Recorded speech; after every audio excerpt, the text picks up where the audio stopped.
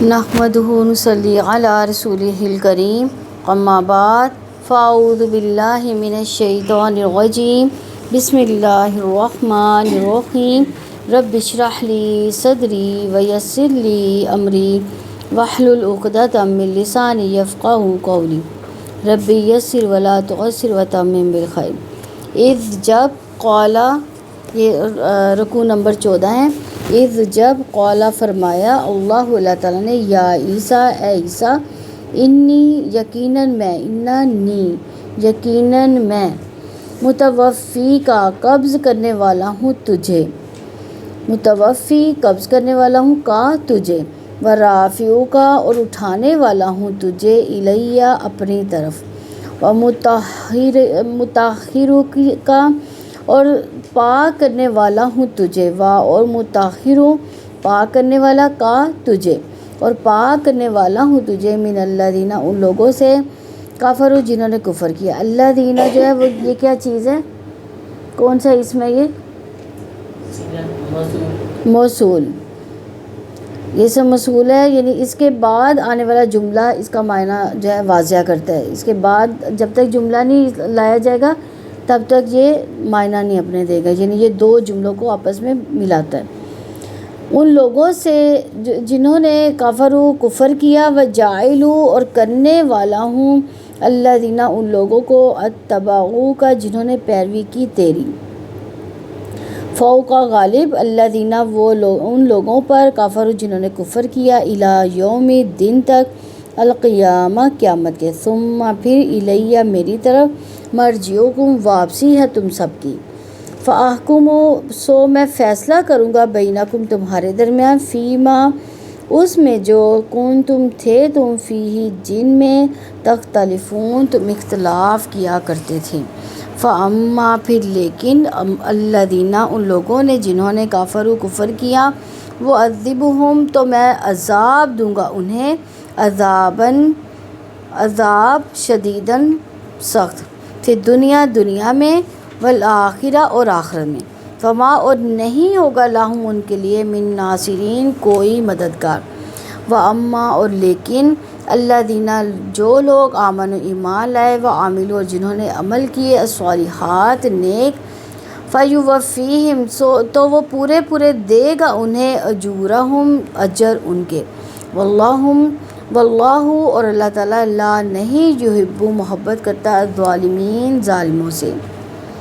ذالکہ یہ، نتلوہ ہم پڑھتے ہیں اس کو، نون ہم تلو تلاوت کرتے ہیں یا پڑھتے ہیں، ہو اس کو، علیکہ آپ پر، من الآیات آیات میں سے، آیات ان کی جمع آیات میں سے، والذکری اور نصیحت میں سے، الحکیم پر حکمت، ان بلا شبہ، مثلا مثال، عیسیٰ کی، عند اللہ اللہ تعالیٰ کے نزدیک، کا مثلی جیسی مثال ہے، آدم کی، خلقہ اس نے پیدا کیا اسے، خلقہ اس نے پیدا کیا، ہو اسے، کس کو پیدا کیا؟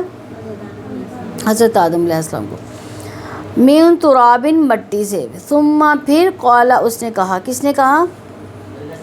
اللہ تعالیٰ نے، لہو اس کے لیے، کن ہو جا، فیکون تو وہ ہو گیا، الحق حق، من ربی کا تیرے رب کی جانب سے، فلا تو چنانچہ نہ، تکن تم ہو جانا، من الممترین شک کرنے والوں میں سے، فمن تو پھر جو، حاجہ کا جھگڑا کرے آپ سے، فیہ اس میں، من بعد اس کے، ما جو، جاءکا آ گیا آپ کے پاس، من العلم علم میں سے، فقل تو آپ کہہ دے، تعالو تم آؤ، ندعو ہم بلائیں، ابناءنا اپنے بیٹوں کو، وابناءکم اور تمہارے بیٹوں کو، ونساءنا اور اپنی عورتوں کو، ونساءکم اور تمہاری عورتوں کو، وانفسنا اور اپنے آپ کو، وانفسکم اور تمہارے نفسوں کو، ثم پھر، نبتہل ہم گڑ گڑا کر دعا کریں، فنجعل پھر ہم بھیجیں، لعنت اللہ اللہ تعالیٰ کی، علی الکاذبین جھوٹوں پر، کذبہ کا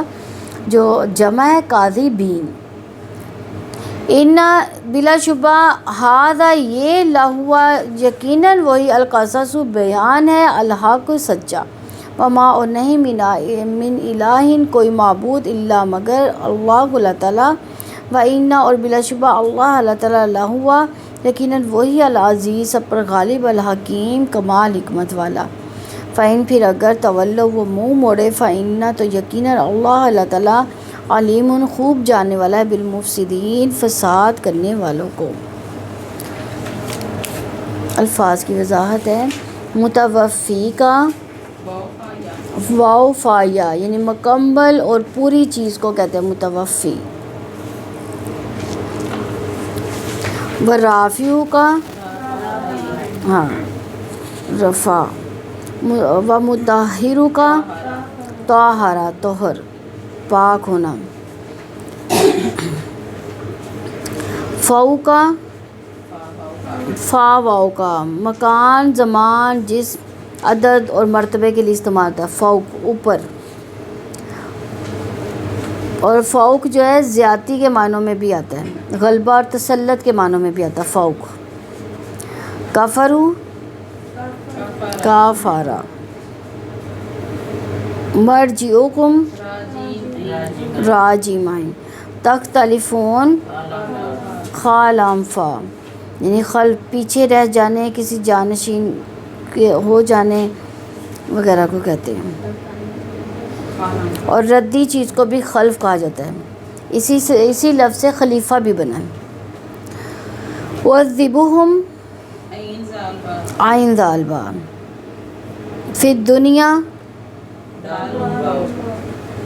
دال نون واو، اور ادنا چیز بھی اسی لفظ سے ہے، ادنا حقیر اور ذلیل آدمی کو کہا جاتا ہے نا۔ ناصرین نون صادرہ، اجورہم حمزہ جیم را،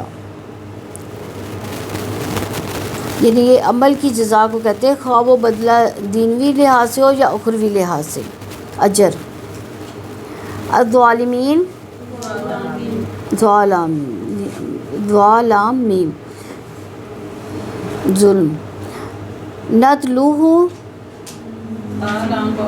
تالام واو یعنی ہم پڑھتے ہیں، پیچھے پیچھے اس طرح، نتلو کہتے ہیں پیچھے پیچھے اس طرح سے چلنا کہ اس کے درمیان کوئی چیز حائل نہ ہو، اس کو بھی نتلو کہتے ہیں۔ نتلو تلاوت کے معنوں میں بھی آتا ہے، یعنی تلاوت کرنا، پڑھنا۔ تراب تارابا، الممترین میم رایا، حاجہ کا ہا جیم جیم یعنی کسی چیز کی زیارت کرنا یا کسی چیز کی طرف جانے کا ارادہ کرنا، اس کو بھی حاج یعنی حاجی کیا کرتا ہے، حج کرنے کا ارادہ کرتا ہے نا، ہاں مکہ جانے کا ارادہ کرتا ہے۔ نبتہل با حالام، القصص ہاں قاف صاد صاد، المفسدین فا سین دال۔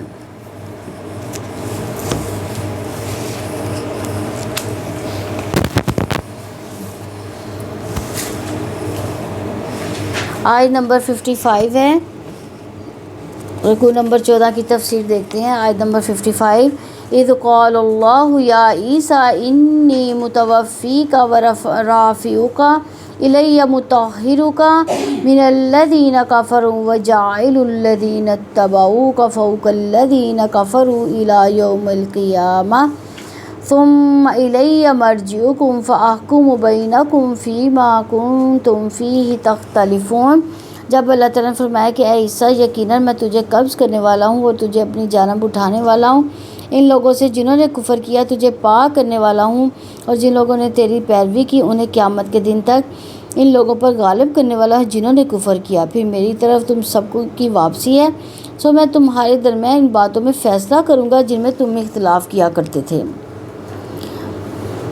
یعنی اذ قال اللہ یا عیسیٰ انی متوفیک، جب اللہ تعالیٰ نے فرمایا کہ اے عیسیٰ یقیناً میں تجھے قبض کرنے والا ہوں، یعنی یہودیوں کی سازشوں سے بچا کر آسمان پر اٹھانے والا، اس کا مطلب یہ ہے اللہ تعالیٰ نے سیدنا عیسیٰ علیہ السلام کو آسمانوں پر اپنی طرف اٹھایا اور کسی اور شخص پر ان کی مشابہت ڈال دی گئی۔ جس شخص کو ان کا ہم شکل بنایا گیا تھا، اسے پکڑ کر صلیب پر چڑھایا گیا اور قتل کر دیا گیا۔ اس طرح اپنے خیال میں انہوں نے سیدنا عیسیٰ علیہ السلام کو شہید کرنے کی کوشش کی تھی اور وہ اس میں کامیاب بھی رہے۔ اللہ تعالیٰ نے سیدنا عیسیٰ علیہ السلام کو واپس کیوں بلایا؟ سیدنا عیسیٰ علیہ السلام کی بنی اسرائیل نے دعوت قبول نہ کی۔ انہوں نے سیدنا یحییٰ علیہ السلام کا سر ایک رقاصہ کی فرمائش پر کاٹ ڈالا تھا۔ بنی اسرائیل کے علماء اور فقہا نے سازش کر کے سیدنا عیسیٰ علیہ السلام کو رومی سلطنت پر سزائے موت دلوانے کی کوشش کی۔ بنی اسرائیل کو مزید سمجھانا اور ان پر وقت لگانا بے فائدہ تھا، اس لیے اللہ تعالیٰ نے سیدنا عیسیٰ علیہ السلام کو واپس بلا لیا۔ آج بھی اگر آپ دیکھیں کہ جو حق سچ کی بات کہتا ہے نا، اس کو جو ہے نا ایسے لوگ پکڑ لیتے ہیں جو کہ حق سچ پہ نہیں ہوتے، وہ بولنے ہی نہیں دیتے سچ۔ دیکھا نہیں عمران ریاض کی زبان انہوں نے کاٹ دیا کیسے وہ۔ سیدنا موسیٰ علیہ السلام کے بعد اللہ تعالیٰ نے کتاب بھی برقرار رکھی، شریعت بھی۔ یہودیوں نے سیدنا عیسیٰ علیہ السلام کا انکار اس لیے کیا تھا کہ ان کا عقیدہ آخرت خراب ہو گیا تھا۔ ان کا خیال تھا کہ ہم جو چیز چاہیں کریں، ہماری پکڑ نہیں ہونے والی۔ سیدنا عیسیٰ علیہ السلام کے واپس بلانے کا تذکرہ اس مقام پر عیسائیوں کے اس عقیدے کی تردید کے لیے کیا گیا کہ سیدنا عیسیٰ علیہ السلام خدا ہے، کیونکہ وہ معجزانہ طور پر پیدا ہوئے۔ ان کے معجزات ایسے تھے کہ وہ انسان نہیں ہو سکتے، اور یہ کہ انہیں آسمان کی طرف اٹھا لیا گیا۔ سیدنا عیسیٰ علیہ السلام بن باپ کے پیدا ہوئے تو یہ اللہ تعالیٰ کی قدرت کا کرشمہ تھا۔ معجزات کے بارے میں واضح کیا کہ یہ سارے کام اللہ تعالیٰ کے حکم سے تھے۔ سیدنا عیسیٰ علیہ السلام نے کچھ بھی اپنے اختیار سے نہیں کیا۔ مسیح علیہ السلام کو صلیب پر چڑھائے ہی نہیں گئے تھے، یہ جس کی صلیب والی تصویر تم نے اپنے مذہب کا حصہ بنا لی ہے۔ یہ اللہ تعالیٰ نے اس آیت میں یہ ان کو کہا ہے، انہوں نے صلیب پر حضرت عیسیٰ علیہ السلام کی تصویر بنائی ہوئی ہے نا، تو یہ اللہ تعالیٰ کا کہنا ہے کہ جب وہ صلیب پر چڑھائے ہی نہیں گئے تو تم نے تصویر کس کی لگا دی ہے، تو اپنے مذہب کا اس کو حصہ بھی بنا لیا۔ پھر مسیح علیہ السلام کو تو اس سے پہلے ہی اللہ تعالیٰ نے آسمان پر اٹھا لیا تھا۔ وَرَافِعُکَ إِلَیَّ، اور تجھے اپنی جانب اٹھانے والا ہوں۔ رب العزت نے سیدنا عیسیٰ علیہ السلام کے بارے میں فرمایا کہ اللہ تعالیٰ نے انہیں آسمان پر اٹھا لیا۔ ان کے دشمنوں نے ایک شخص کو پکڑ کر صلیب پر چڑھایا اور قتل کر دیا۔ اس طرح وہ سیدنا عیسیٰ علیہ السلام کو شہید کرنے کے عظیم جرم کے مرتکب رہے۔ تو اس آیت سے اللہ تعالیٰ نے مخلوق سے اوپر ہونا اور عرش پر حقیقتاً مستوی ہونا ثابت ہوتا ہے اس آیت سے، جیسے کہ قرآن حکیم کے نصوص سے ثابت ہوتا ہے کہ جنہیں اہل سنت نے تسلیم کیا اس پر ایمان رکھتے تھے۔ تو سیدنا ابن عباس سے منقول ہے کہ سیدنا عیسیٰ علیہ السلام آسمان پر اٹھائے گئے۔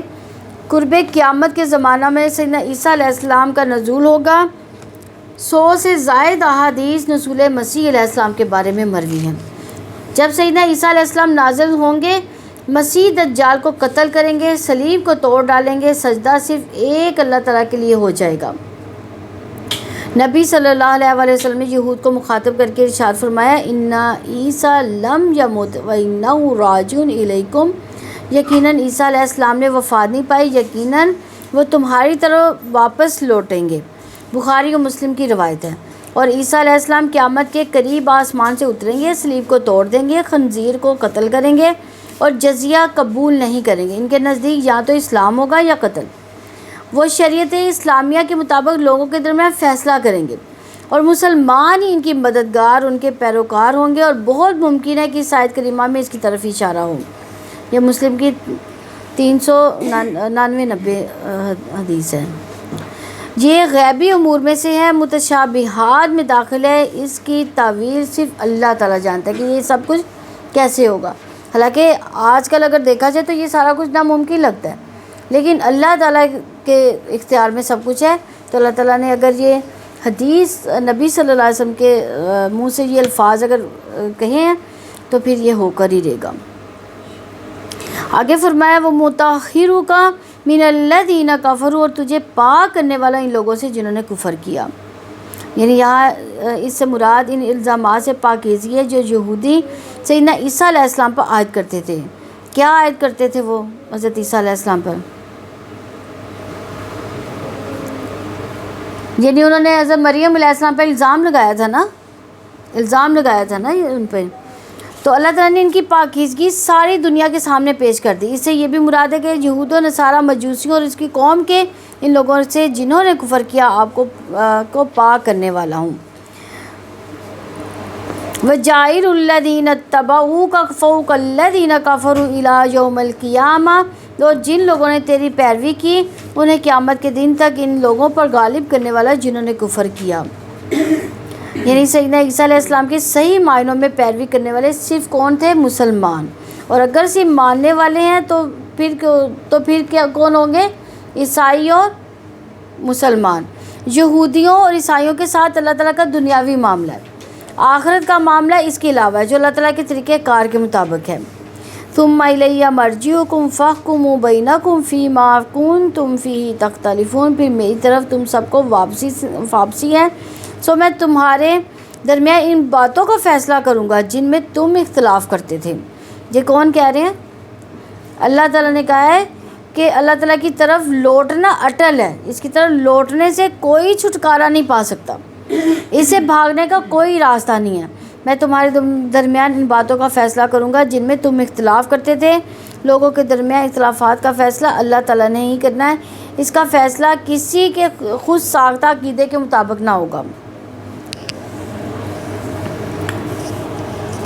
آیت نمبر 56 ہے، فَأَمَّا الَّذِينَ كَفَرُوا فَأُعَذِّبُهُمْ عَذَابًا شَدِيدًا فِي الدُّنْيَا وَالْآخِرَةِ وَمَا لَهُم مِّن نَّاصِرِينَ۔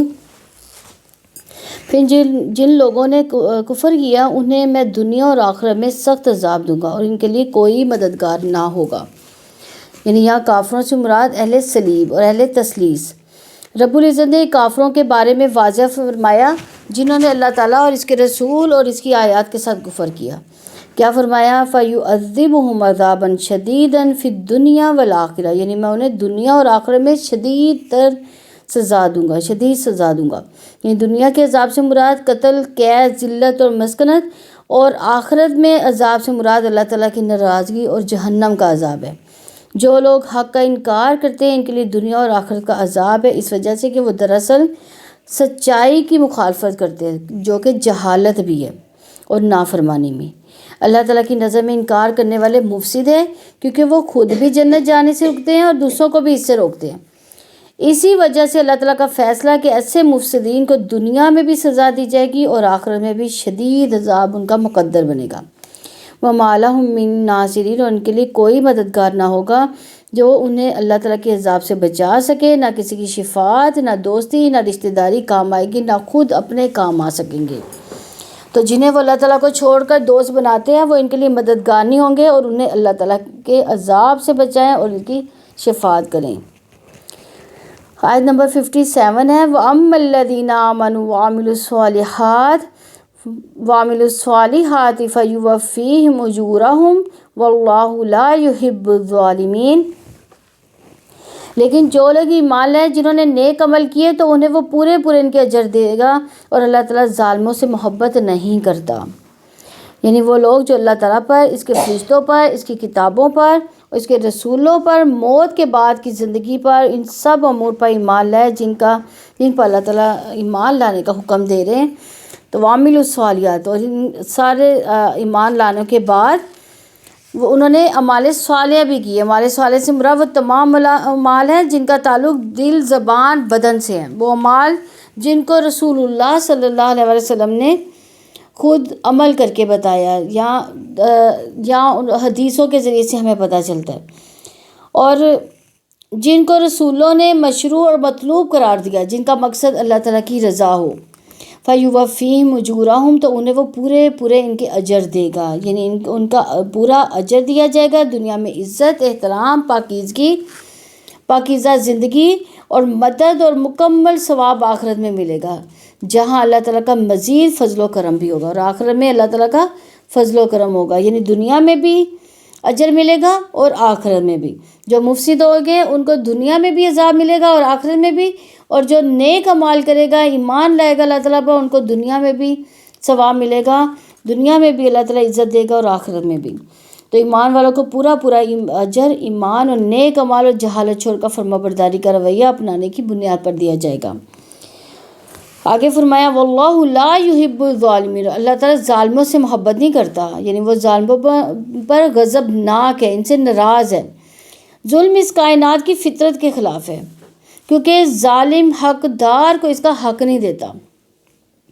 اللہ تعالیٰ عادل ہے، اس لیے ظالموں کو پسند نہیں کرتا، اور وہ کیسے اپنے بندوں پر ظلم کر سکتا ہے جبکہ انہیں ان کے اعمال کی جزا دیتا ہے۔ آیت نمبر 58 ہے ذالک نتلوہ علیک من الآیات والذکر الحکیم، یہ ہے جو ہم پر حکمت آیات اور نصیحت میں سے تم پر پڑھتے ہیں۔ یعنی اللہ تعالیٰ کا نبی صلی اللہ علیہ وآلہ وسلم اور اس کی امت پر احسان ہے کہ حکمت والا محکم اور پختہ قرآن اس پر نازل کیا گیا۔ پر حکمت آیات اور نصیحت سے مراد قرآن حکیم۔ اللہ تعالیٰ نے پوری حکمت قرآن مجید میں حلال و حرام کے احکامات بیان فرمائے۔ اللہ تعالیٰ نے نصیحت بھرے قرآن میں انبیاء کے حالات و واقعات، معجزات بیان فرمائے، جن سے ہمیں ثابت قدمی، اطمینان قلب اور عبرت حاصل ہوتی ہے، کیونکہ انسان کہانیوں سے عبرت حاصل کرتا ہے نا۔ تو جب پہلے لوگوں کی کہانیاں بتائی جاتی ہیں یا ان کے بارے میں بتایا جاتا ہے کہ کیسے کیسے اللہ تعالیٰ نے ان کو انعام و اکرام دیے اللہ تعالیٰ کے حکم ماننے پر، اور جنہوں نے نافرمانیاں کی ان کو عذاب دیا، تو اللہ تعالیٰ پھر اس سے کیسے ہمیں بتا رہے ہیں، یعنی وہ ہمارے لیے عبرت کا نشان ہے۔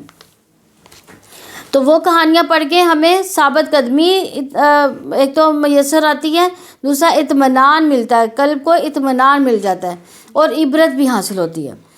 ذکری اور نصیحت، قرآن مجید کی صفت الذکر ہے، اس میں پچھلی قوموں کے حالات واقعات سے نصیحت کی جاتی ہے۔ اس میں ایسے عقلی دلائل ہیں جسے ہر صاحب شعور نصیحت حاصل کر سکتا ہے۔ قرآن حکیم میں اللہ تعالیٰ کی صفات کا تذکرہ ہے۔ قرآن حکیم میں انسان کی پیدائش، اس کی زندگی، اس کی موت، اس کے حساب کتاب اور ہمیشہ کی جنت و جہنم کا تذکرہ ہے۔ قرآن حکیم میں رسول اللہ صلی اللہ علیہ وسلم کی خدائی مشن سے محبت، اس کے کوششوں، اس کے راستے کی رکاوٹوں اور جانثاروں کی قربانی کا تذکرہ ہے۔ قرآن حکیم میں پچھلے انبیاء کا تذکرہ ہے۔ قرآن حکیم ساری انسانیت کے لیے الذکر یعنی نصیحت ہے۔ قرآن حکیم ہے اور حکمت زندہ مخلوق کی صفت ہے۔ قرآن مجید زندہ کلام ہے، دلوں کی زندگی کے لیے آیا، عقل کی اصلاح کے لیے آیا، زندگی بدلنے کے لیے آیا۔ اس کا پیغام حکمت سے لبریز ہے جو دلوں پر اثر انداز ہوتا ہے۔ قرآن مجید کی کوئی بات خلاف عقل نہیں، خلاف واقعہ نہیں، کوئی بات انسانی فطرت کے خلاف نہیں ہے۔ قرآن مجید کا کوئی مضمون ایسا نہیں جو انسانی فہم سے بالاتر ہو۔ زمین پر اس حکیم کلام سے بڑا انقلاب کوئی کلام لے کر نہیں آیا۔ آیت نمبر 59 ہے ان مثل عیسیٰ عند اللہ کمثل آدم خلقہ من تراب ثم قال له کن فیکون۔ بلا شبہ عیسیٰ کی مثال اللہ تعالیٰ کے نزدیک آدم کی مثال جیسی ہے۔ اللہ تعالیٰ نے اس آدم کو مٹی سے بنایا، پھر اس سے کہا کہ ہو جا تو وہ ہو گیا۔ یعنی آدم علیہ السلام سب سے پہلے بشر ہیں جن کو سبھی بشر تسلیم کرتے ہیں۔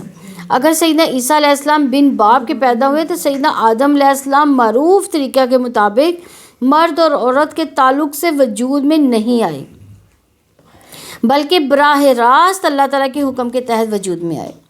جب ماں باپ دونوں کے بغیر پیدا ہوئے پھر بھی سیدنا آدم علیہ السلام اللہ تعالیٰ کے بیٹے نہیں، تو سیدنا عیسیٰ علیہ السلام اس طرح باپ کے بغیر پیدا ہونے کی بنا پر کیسے اللہ تعالیٰ کے بیٹے ہو جائیں؟ تو سیدنا عیسیٰ علیہ السلام اللہ تعالیٰ کے بیٹے کیسے ہو سکتے ہیں؟ اللہ تعالیٰ ایک زندہ جاوید ہستی ہے، اس پر کبھی موت نہیں آنے والی، مگر سیدنا عیسیٰ علیہ السلام پر موت آنے والی ہے۔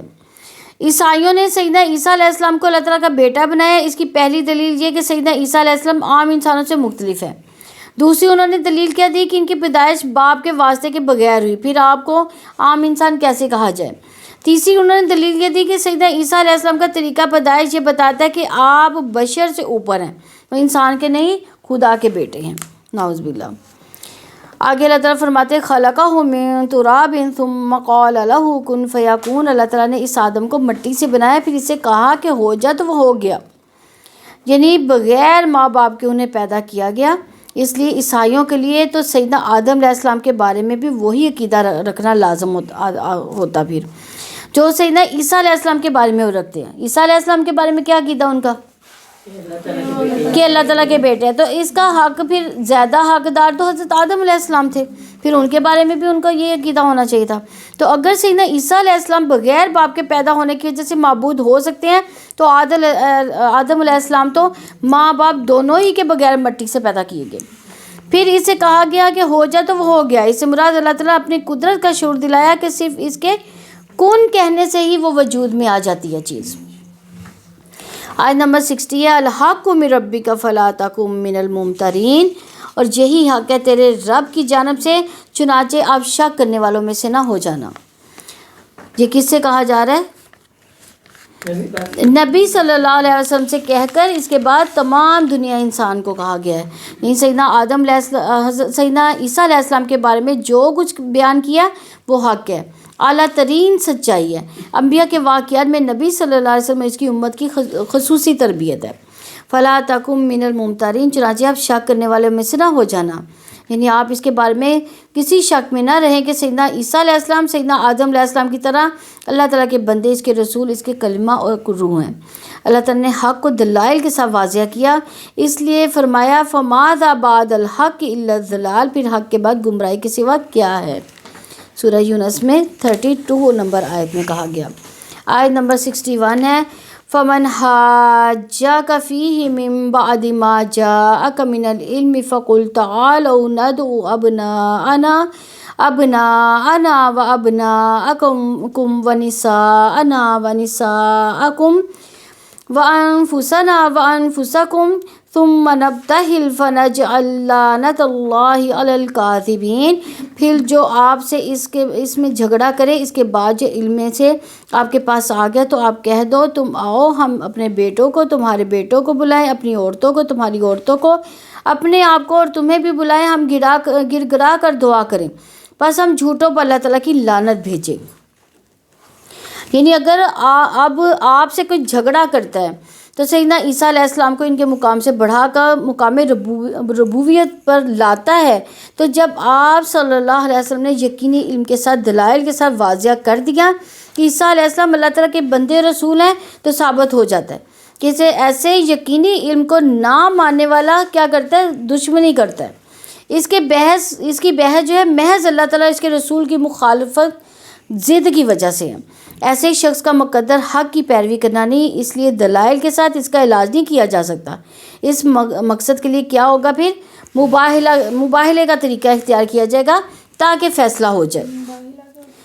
ابھی بتاتے ہیں. آگے فرمایا فَقُلْ تَعَالَوْا نَدْعُ أَبْنَاءَنَا وَأَبْنَاءَكُمْ وَنِسَاءَنَا وَنِسَاءَكُمْ وَأَنفُسَنَا وَأَنفُسَكُمْ ثُمَّ نَبْتَهِلْ فَنَجْعَلْ لَعْنَتَ اللَّهِ عَلَى الْكَاذِبِينَ.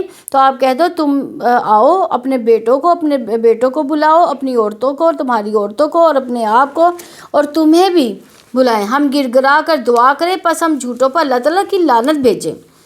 اس آیت میں مباہلے کا طریقہ اختیار کرنے کا حکم دیا گیا. اگر دو گروہوں کے درمیان دلیل سے بات کو نہ مانا جائے تو آخری چیلنج جو ہے مباہلے کے ذریعے کیا جائے گا تاکہ فیصلہ ہو جائے. مباہلہ ایک دوسرے پر لعنت کی بد دعا کرنے کو کہتے ہیں.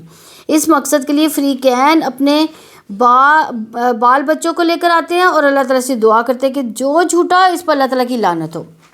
یعنی دونوں فریق جو ہے دونوں سائڈوں سے جو آئیں گے ان کے یعنی اہل و عیال آئیں گے.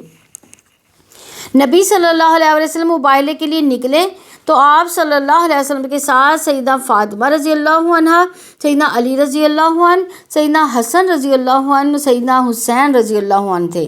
تو نجرانی عیسائی رسول اللہ صلی اللہ علیہ وسلم کو دیکھ کر مرعوب ہو گئے. انہوں نے باہم مشورے کی مہلت مانگی. مشورے میں ان کے ایک عالم نے کہا کہ بنی اسماعیل میں اللہ تعالیٰ نے پیغمبر بھیجنے کا وعدہ فرمایا ہے, ہو سکتا ہے یہ وہی پیغمبر ہو. پھر ایک پیغمبر سے مباہلے کا یہ نتیجہ نکل سکتا ہے کہ تمہارے چھوٹے بڑے سب ہلاک ہو جائیں. اللہ کی قسم میں ایسے چہروں کو دیکھ رہا ہوں کہ اگر یہ دعا کریں تو پہاڑ بھی اپنی جگہ سے ٹل جائیں. اس لیے بہتر ہے کہ ہم صلح کر کے اپنی بستیوں کی طرف نکل جائیں. یعنی ادھر سے بھی مباہلے کے لیے وہ لوگ آگے تھے, ادھر سے نبی صلی اللہ علیہ وسلم بھی مباہلے کے لیے جا چکے تھے, لیکن راستے میں ہی کسی نے یہ مشورہ دیا کہ اگر یہ سچا نبی ہوا تو پھر تمہاری نسلوں کی نسلیں ہی تباہ ہو جائیں گی. تو اس بات سے وہ ڈر گئے اور واپس چلے گئے. عیسائیوں کے مباہلہ نہ کرنے پر نبی صلی اللہ علیہ وسلم نے فرمایا اگر یہ لوگ مباہلہ کر لیتے تو یہ وادی ان پر آگ برساتی۔ امام بخاری نے سیدنا حذیفہ رضی اللہ عنہ سے روایت کیا کہ نجران کے نصرانیوں کے 2 سردار رسول اللہ صلی اللہ علیہ وسلم کے پاس مباہلہ کے لیے آئے۔ حالات کا جائزہ لینے کے بعد ایک نے اپنے ساتھی سے کہا ایسا نہ کرو، اللہ کی قسم اگر ایسا اللہ تعالیٰ کے یہ نبی ہوئے تو ہم نے مباہلہ کر لیا تو ہم اور ہمارے بعد ہماری نسلیں کبھی پھیلا نہیں پائیں گی۔ چنانچہ وہ لوگ رسول اللہ صلی اللہ علیہ وسلم کو جزیہ دینے پر راضی ہو گئے۔ صحیح بخاری کی 4380 نمبر حدیث ہے۔ امام احمد نے ابن عباس کا قول نقل کیا کہ اگر رسول اللہ صلی اللہ علیہ وسلم کے ساتھ مباہلے کی نیت کرنے والے ایسا کر گزرتے تو لوٹنے کے بعد نہ تو انہیں اپنا مال ملتا نہ اہل و عیال صحیح حالت میں ملتے۔ سیدنا ابن عباس رضی اللہ عنہ کا یہ قول ترمذی اور نسائی میں بھی موجود ہے۔ یہ مسند احمد کی 2225 نمبر حدیث ہے۔ آیت نمبر 62 ہے ان ھذا لہو القصص الحق وما من الہ الا اللہ وان اللہ لہو العزیز الحکیم۔ بلا شبہ یہ یقیناً سچا بیان ہے اور اللہ تعالیٰ کے سوا کوئی معبود نہیں، اور بلا شبہ اللہ تعالیٰ وہی سب پر غالب کمال حکمت والا ہے۔ یعنی سیدنا عیسیٰ علیہ السلام کے بارے میں یقیناً یہ بیان کیا کہ وہ کلمۃ اللہ ہے، جیسے سیدنا مریم علیہ السلام کے طرف القاء کیا گیا، اس کی جانب سے روح اور اللہ تعالیٰ کے بندے اس کے رسول ہیں۔ وما من الہ الا اللہ، اللہ تعالیٰ کے سوا کوئی معبود نہیں، اللہ تعالیٰ کے سوا کسی کی عبادت درست نہیں، کوئی اس کا استحقاق نہیں رکھتا، اور اللہ تعالیٰ کے سوا کوئی معبود نہیں۔ اس کا یہ تقاضا ہے کہ ہم اللہ تعالیٰ کو اپنا واحد رب مانیں، صرف اس کی غلامی اختیار کر سکیں، صرف اللہ تعالیٰ کی بندگی اور اطاعت کریں، صرف اللہ تعالیٰ سے تمام ہدایت لیں، اللہ تعالیٰ کے سوا کسی اور سے ہدایت نہ طلب کریں۔ آداب اور اخلاق کے معاملات ہو، چاہے زندگی کے طور طریقے ہو، چاہے قانون ہو، سب کس کے مطابق چلے؟ اللہ تعالیٰ کے حکم کے مطابق۔ وَإِنَّ اللَّهَ لَهُوَ الْعَزِيزُ الْحَكِيمُ، اور بلا شبہ اللہ تعالیٰ یقیناً وہی سب پر غالب کمال حکمت والا ہے، یعنی وہ ہر چیز پر غالب ہے، ہر چیز اس کے قبضہ قدرت میں ہے۔ الحکیم ہے، وہ حکمت والا ہے جو ہر چیز کو صحیح مقام پر رکھتا ہے۔ وہ الحکیم ہے، وہ کافروں کے ذریعے سے مومنوں کی آزمائش کرتا ہے، جس سے مومن قولی اور عملی طور پر جہاد کرتے ہیں۔ یہ تفسیر السعدی کی روایت ہے۔ آیت نمبر 63 ہے فَإِن تَوَلَّوْا فَإِنَّ اللَّهَ عَلِيمٌ بِالْمُفْسِدِينَ، اگر وہ پھر بھی منہ موڑیں گے تو اللہ تعالیٰ فساد کرنے والے کو یقیناً خوب جاننے والا ہے، یعنی وہ توحید اور حق کو قبول کرنے سے اعراض کریں گے تو اللہ تعالیٰ یقیناً فساد کرنے والوں کو خوب جاننے والا ہے۔ جو غیر اللہ کی عبادت کرتے ہیں، لوگوں کو اس کی دعوت دیتے ہیں، اس میں اس کے لیے وعید اور تحید ہے۔ دنیا کا فساد شرک ہے۔ اللہ رب العزت فرماتے ہیں لَوْ كَانَ فِيهِمَا آلِهَةٌ إِلَّا اللَّهُ لَفَسَدَتَا، اگر ان دونوں میں اللہ تعالیٰ کے سوا اور بھی معبود ہوتے ان دونوں میں ضرور فساد برپا ہو جاتا، یعنی اگر 2 معبود ہوتے دنیا کے تو ان دونوں کی آپس میں ضرور لڑائی ہوتی۔ تو اللہ تعالیٰ اپنے علیم ہونے کا یقین دلاتے ہوئے کہتے ہیں کہ اللہ تعالیٰ نے سیدنا عیسیٰ علیہ السلام کے حالات کے سچے بیان کیے، سچے حالات بیان کیے، یہودیوں کی خفیہ تدبیروں کے علم سے، مباہلے کی دعوت سے، اس پر رد عمل کے علم سے، اور یہودیوں کے فساد کے علم سے اپنے علیم ہونے کا یقین دلایا۔ عیسیٰ علیہ السلام کے خدا یا خدا کا بیٹا ہونے کا جو عقیدہ ہے اس کی کوئی وجہ بھی درست نہیں۔ اللہ تعالیٰ نے سیدنا عیسیٰ علیہ السلام کو اپنی مصلیت کے تحت غیر معمولی انداز سے پیدا کیا۔ اللہ تعالیٰ ہی نے انہیں معجزات عطا فرمائے، اللہ تعالیٰ ہی نے انہیں صلیب پر نہ چڑھنے دیا۔ اختیار اللہ تعالیٰ کا ہے، وہ اپنے جس بندے کو چاہے جیسے چاہے استعمال کر لے۔ کسی انسان کے ساتھ خاص برتاؤ دیکھ کر یہ نتیجہ نکالنا کہ وہ خود مالک تھا یا مالک کا بیٹا تھا یا اس کی ملکیت میں شریک تھا، درست نہیں۔ سیدنا عیسیٰ علیہ السلام اور محمد رسول اللہ صلی اللہ علیہ وسلم کی دعوت، اس کے مشن میں کوئی فرق نہیں۔ سیدنا عیسیٰ علیہ السلام کے حواریوں کا مذہب اسلام تھا، یہ وہی مذہب ہے جو قرآن پیش کر رہا ہے۔ بعد میں عیسائیت ان عقائد پر قائم نہیں رہی۔ الحمدللہ ہمارا یہ رکوع کمپلیٹ ہوا۔ اللہ تعالیٰ ہمیں اس کو سمجھنے اور اس پر عمل کی توفیق عطا فرمائے۔ سبحانک اللہم و بحمدک، نشہد ان لا الہ الا انت، نستغفرک و نتوب الیک۔